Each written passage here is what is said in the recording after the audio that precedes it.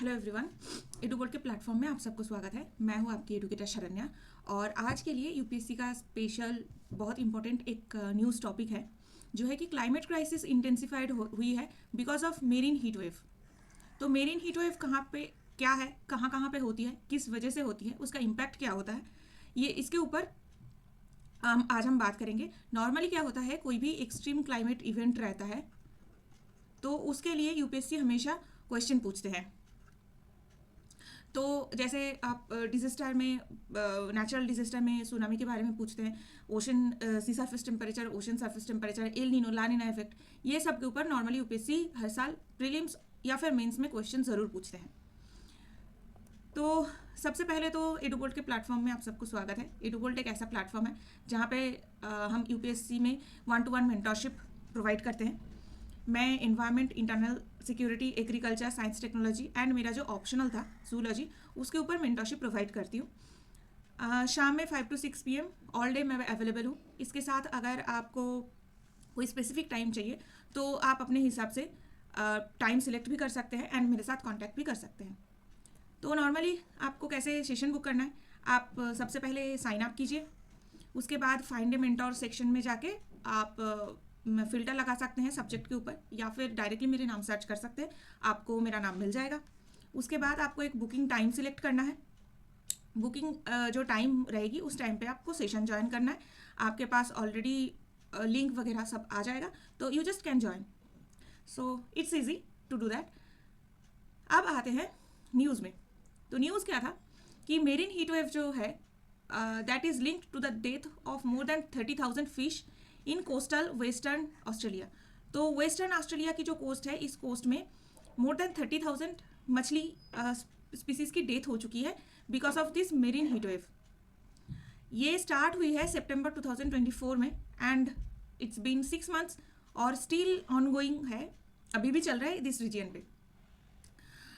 तो marine heat wave इस area पे सी सरफेस टेम्परेचर को इतना बढ़ा दिया है, इतना इंटेंसिफाई किया है कि कुछ कुछ जगह पे नॉर्मल एबव जो एवरेज टेम्परेचर है उससे 2 डिग्री सेल्सियस टेम्परेचर ज़्यादा है। सी सरफेस टेम्परेचर 2 डिग्री सेल्सियस बढ़ जाना ये एक बहुत ही बड़ा इवेंट होता है। तो सबसे पहले तो मेरीन हीट वेव्स क्या होता है, तो ये एक एक्सट्रीम वेदर इवेंट है। पीरियडिकली यूजुअली हाई टेम्परेचर रहता है ओशन के ऊपर एंड इसको डिफाइन करते हैं ड्यूरेशन और इंटेंसिटी के ऊपर। ड्यूरेशन कैसा है, अभी जैसे हमें पता चला कि 6 months इस वेस्टर्न ऑस्ट्रेलिया की एरिया पे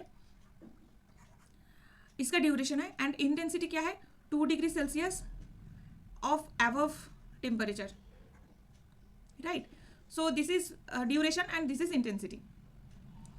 ये होता क्यों है, जब सी सरफेस टेम्परेचर किसी एक स्पेसिफिक रीजन का 3 से 4 डिग्री अबव टेम्परेचर रहता है फॉर एटलीस्ट 5 days और ए प्रोलॉन्ग्ड टेम्परेचर रहता है फॉर लॉन्ग टाइम, तो उसको इस कंडीशन में को मेरीन हीट वेव कहा जाता है। This can last for weeks, months and even years. तो ये लंबे समय तक, आई मीन ये ईयर लॉन्ग भी हो सकता है। तो नॉर्मल कंडीशन में क्या होता है, जो कोल्ड वाटर होते हैं, कोल्ड टेम्परेचर की वाटर होते हैं, वो क्या होते हैं, ऊपर की तरफ आते हैं एंड हॉट वाटर टेम्परेचर के साथ मिक्स होते हैं। This is called mixing. ये नॉर्मल कंडीशन में होता है जहाँ पे इवेपोरेशन, जो सी सरफेस है वहाँ से पानी की इवेपोरेशन होती है, यहाँ से पानी की इवेपोरेशन हो रही है सोलर हीटिंग की वजह से एंड जो लॉन्ग वेव रेडिएशन है वो एटमॉस्फेयर में चला जाता है। This is a normal condition. Marine heat wave के कंडीशन में क्या होता है, विंड वीक होती है, मतलब सी सरफेस के ऊपर जो विंड मूवमेंट होती है वो वीक होता है। तो क्या होता है कि उसकी वजह से इवेपोरेशन जैसा हो रहा था वो उतना नहीं हो पाता है। क्यों, क्योंकि विंड मूवमेंट के ऊपर डिपेंड करता है इवेपोरेशन। इवेपोरेशन का एक फैक्टर है, विंड जितना अच्छे से मूवमेंट होगी सरफेस के ऊपर से, इवेपोरेशन उतनी अच्छे से होती है। नॉर्मली क्या होता है, जो विंड होते हैं वो सरफेस के ऊपर के जो वाटर वेपर है उस वाटर वेपर को मूव कर देते हैं, बट जैसे ही विंड वीक हुआ तो ऊपर के जो इवेपोरेटेड वाटर था, जो वाटर वेपर था, वो मूव नहीं कर पाता है, तो इवेपोरेशन का रेट कम हो जाता है। साथ साथ में क्या है कि टेम्परेचर बढ़ता है सोलर हीटिंग की वजह से। तो नॉर्मली जो ग्लोबल वार्मिंग होती है उसमें ऑब्वियसली टेम्परेचर बढ़ते हैं, सोलर हीटिंग होती है। तो क्या होता है, ये जो ओशन के अंदर, सी के अंदर पानी की जो मिक्सिंग हो रही थी, वाटर मिक्सिंग हो रही थी, वो वीक हो जाता है। ठीक है, तो नॉर्मल कंडीशन में क्या स्ट्रॉन्ग मिक्सिंग हो रहा था, अभी मिक्सिंग वीक हो रही है। ठीक है, तो this is a prime condition for marine heat wave. अब इसमें अगर विंड की मूवमेंट नहीं हो रही है, इवेपोरेशन नहीं हो रही है, तो क्या होगा, सी सरफेस के ऊपर जो टेम्परेचर था वो धीरे धीरे बढ़ता रहेगा। एंड यही धीरे धीरे टेम्परेचर बढ़ने की वजह से जो फिश होते हैं या फिर जो मेरीन लाइफ होते हैं उसकी डेथ हो जाती है। I hope marine heat wave कैसे जनरेट होता है इसके बारे में सबको समझ में आ रहा है। नेक्स्ट, कुछ रिसेंट रिपोर्ट आया है। These reports you can use in the mains question answers.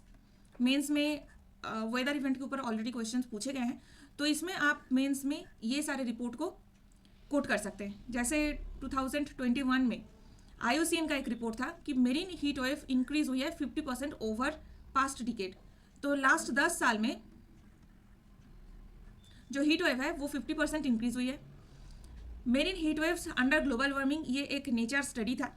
इसमें क्या कहा गया है कि 1982 से 2016 के बीच में मेरीन हीट वेव की नंबर डबल हुई है। ओके, अब 2024 का जो रिपोर्ट है उसमें क्या कहा जा रहा है कि this marine heat wave causes Australia's great Barrier reef coral bleaching. तो ऑस्ट्रेलिया के जो ईस्टर्न पार्ट है, ईस्टर्न ऑस्ट्रेलिया में ग्रेट बैरियर रीफ सिचुएटेड है। I hope you all know that. तो यहाँ पे कैटास्ट्रोफिक इवेंट क्यों हो रहा है, because of this marine heat waves put corals under stress. तो हीट वेव की वजह से कोरल रीफ जो है that is under stress. And ये एक कैटास्ट्रोफिक इवेंट क्यों है, because this is the 7th mass bleaching event for the reef. तो जैसे 7th मास एक्सटेंशन की हम बात करते हैं, जहाँ पे पूरे डायनासोर्स की जो लाइफ था वो वाइप आउट हो गया था, एक्सटिंक्ट हो गया था। Similarly this is 7th mass bleaching of the coral reef in the Great Barrier Reef of Australia. So this is why ये जो रिपोर्ट है, ये जो न्यूज़ है, this is very important for UPSC. तो मेरीन हीट वेव इंटेंसिफाई होने की reason क्या है? The first reason is climate crisis. क्या होता है, प्लैनेट अगर गर्म होते हैं, वार्म होते हैं, ओशन टेम्परेचर राइज करते हैं, that leads to more frequent and intensive marine heat waves. तो जैसे ही प्लैनेट गर्म होगी, टेम्परेचर बढ़ेगा, ओशन टेम्परेचर बढ़ेगा, तो क्या होता है कि MHW की इंटेंसिटी और फ्रीक्वेंसी दोनों बढ़ जाता है। नेक्स्ट है El Nino La Nina effect. El Nino La Nina effect में मोस्टली क्या होता है, ओशन टेम्परेचर बढ़ते हैं। This climate phenomena can significantly alter ocean temperatures. El Nino typically leads to warmer ocean condition. तो नॉर्मली क्या होता है, एल नीनो कंडीशन बनता ही है नॉर्मल ओशन की वजह से। एंड एल नीनो बनता भी है ईस्टर्न ऑस्ट्रेलिया के पार्ट में और पेरू के वेस्टर्न कोस्ट में। तो ये जो एरियाज है ऑस्ट्रेलिया, ये मोस्ट सिग्निफिकेंट क्लाइमेटिक इवेंट के लिए ऑलरेडी रिस्पॉन्सिबल है। तो दिस कंडीशन में L Nino La Nina effect में मेरीन हीट वेव और भी बढ़ जाता है, which can trigger MHW। Okay, next है ओशन करंट। तो ऑब्वियसली हमने अभी तक देख लिया है कि ओशन करंट एक फैक्टर जरूर है। Ocean currents can build up areas of warm water and trigger MHW। तो वार्म वाटर एरियाज को फॉर्म करते हैं ओशन करंट। क्यों? क्योंकि वो मिक्सिंग कम हो जाता है, cold water and warm water की जो मिक्सिंग होती है वो कम हो जाता है। Okay, so next is impact. क्या क्या होता है इम्पैक्ट? फर्स्ट इम्पैक्ट है डिवेस्टेटिंग फॉर मेरीन लाइफ। तो अभी रिसेंट की जो न्यूज़ है वहाँ पे 30,000 फिश की डेथ हुई है, फिश लाइफ की। तो डिवेस्टेटिंग तो है। एंड नॉट ओनली फिश, जितने भी मेरीन एनिमल्स होते हैं उन सब के लिए ये बहुत ही कैटास्ट्रोफिक इवेंट होता है। नेक्स्ट क्या होता है कि डिस्ट्रॉयड केल्प फॉरेस्ट। तो केल्प नॉर्मली जो फॉरेस्ट होता है, दिस इज सीवीड्स, और ये कोल्ड टेम्परेचर में बनते हैं। तो अगर मेरीन हॉट वेव हुआ, टेम्परेचर बढ़ गया, तो क्या होगा, ये डिस्ट्रॉय हो जाएगा। And kelp forest is a big habitat for marine organisms. तो केल्प फॉरेस्ट क्या होता है, ये एक अच्छा हैबिटेट होता है। जैसे कोरल्स हैबिटेट होते हैं, तो ये अच्छा हैबिटेट होता है फॉर मेरीन ऑर्गेनिजम्स। तो अगर केल फॉरेस्ट डिस्ट्रॉय हो रहा है तो जो एनिमल्स होते हैं उसके हैबिटेट डिस्ट्रक्शन हो रही है ओशन में, तो उसकी वजह से भी मेरीन लाइफ के लिए खराब है, डिवास्टेटिंग है। नेक्स्ट क्या होता है कि fundamentally alter the ecosystem of the coast. तो अगर केल फॉरेस्ट की डिस्ट्रक्शन हो गई तो इकोसिस्टम जैसा था, जो प्राइमरी इकोसिस्टम जो पुरानी फंडामेंटल इकोसिस्टम था वो डिस्ट्रॉय हो जाता है। नेक्स्ट है कि कोरल ब्लीचिंग। सरफेस टेम्परेचर बढ़ने की वजह से या फिर वाटर टेम्परेचर इंक्रीज होने की वजह से कोरल ब्लीचिंग होती है। कोरल ब्लीचिंग क्या होता है कि जो कोरल एनिमल्स होते हैं वो प्लांट और एनिमल की एक सिम्बायोटिक रिलेशन होता है कोरल। तो एनिमल जो होता है वो कोरल फंजाई से अलग हो जाता है, एंड उसकी वजह से क्या होता है कि अगर एनिमल्स अलग हो गए तो कोरल की जो कलर है वो चला जाता है। तो कोरल की जो रंग बिरंगी कलर है, बहुत कलरफुल होता है, वो कलर चला जाता है। नॉर्मली क्या होता है, जो पॉलिप एनिमल है वो वापस कोरल के अंदर आ जाते हैं। बट अगर एक्सट्रीम कंडीशन हो गया और उसके हैबिटेट टेम्परेचर सब कुछ चेंज हो जाता है तो ये ब्लीचिंग परमानेंट है। मतलब ये जो कोरल की कलर है वो परमानेंटली चला जाता है, बिकॉज एनिमल्स परमानेंटली चले जाते हैं।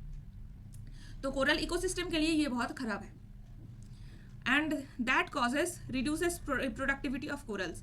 तो कोरल की जो रिप्रोडक्टिव साइकिल होता है, कोरल की जो प्रोडक्शन होती है, रिप्रोडक्शन है या फिर कंप्लीट इकोसिस्टम की जो रिप्रोडक्शन है वो खत्म हो जाता है।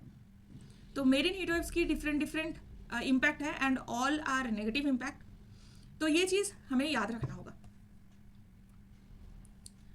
नेक्स्ट मेंस का एक क्वेश्चन 2019 में पूछा गया था, how do ocean currents and water masses differ in their impact on marine life.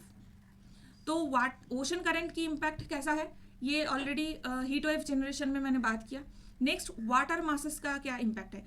तो जैसे एयर मास होता है, एयर मास एक होमोजेनस एयर कंडीशन है जहाँ पे उसके एयर के कैरेक्टरिस्टिक्स सिमिलर टाइप होते हैं। तो वाटर मास भी वैसे ही सिमिलर है, होमोजेनस टेम्परेचर रहते हैं, बहुत ज़्यादा उसमें ओशन करंट नहीं होता।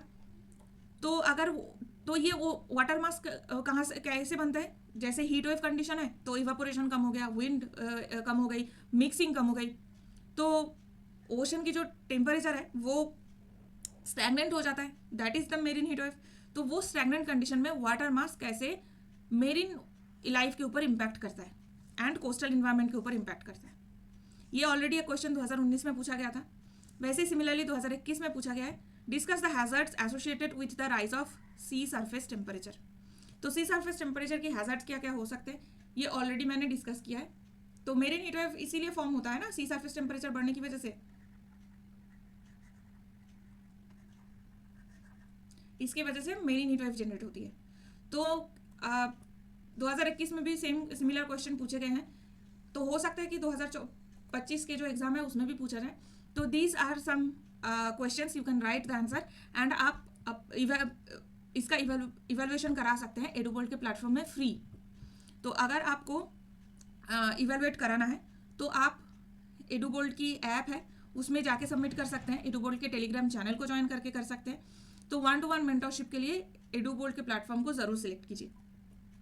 And thanks for joining, good luck, बहुत अच्छे से क्वेश्चन का आंसर लिखिए और इसको ज़रूर इवेल्युएट कराइए। ओके, एंड नेक्स्ट वीडियो के लिए like, share and subscribe, notification को भी ऑन कर लीजिए। अगर कोई डाउट रहता है तो आप 1-to-1 मेंटरशिप के लिए भी मुझे ज्वाइन कर सकते हैं। Okay, so thank you everyone and bye bye.